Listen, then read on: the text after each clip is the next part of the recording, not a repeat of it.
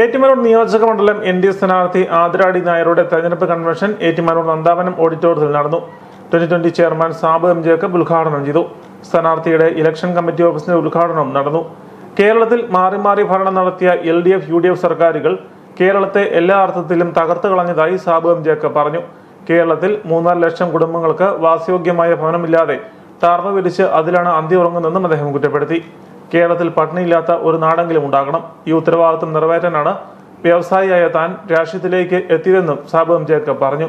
ഒരു പഞ്ചായത്തിൽ 282 കുടുംബങ്ങള് ടർപ്പായുടെ അടിയിൽ കിടക്കുന്നുണ്ടെങ്കിൽ ഈ കേരളത്തില് ഏതാണ്ട് 3.5 ലക്ഷം കുടുംബങ്ങള് ഇന്നും ടർപ്പായുടെ അടിയിലാണ് കിടക്കുന്നത് എന്നുള്ള സത്യമാണ് നമ്മൾ തിരിച്ചറിയേണ്ടത്.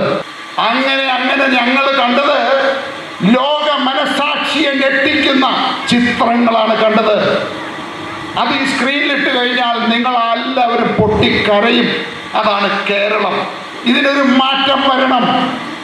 ഈ കേരളം മുഴുവൻ നന്നാക്കാൻ സാധിച്ചില്ലെങ്കിലും ഒരു നാടെങ്കിലും പട്ടിണിയില്ലാത്ത, സന്തോഷത്തോടെ, സമാധാനത്തോടെ, കുട്ടികളുടെ കണ്ണുനീര് വീഴാത്ത, സ്ത്രീകളുടെ അമ്മമാരുടെ കണ്ണുനീര് വീഴാത്ത ഒരു നാടെങ്കിലും ഉണ്ടാക്കിയിട്ട് ഈ നാട് നശിപ്പിച്ചവരോട് വിളിച്ചു പറയണം, ഇതും സാധ്യമാണ് എന്ന്.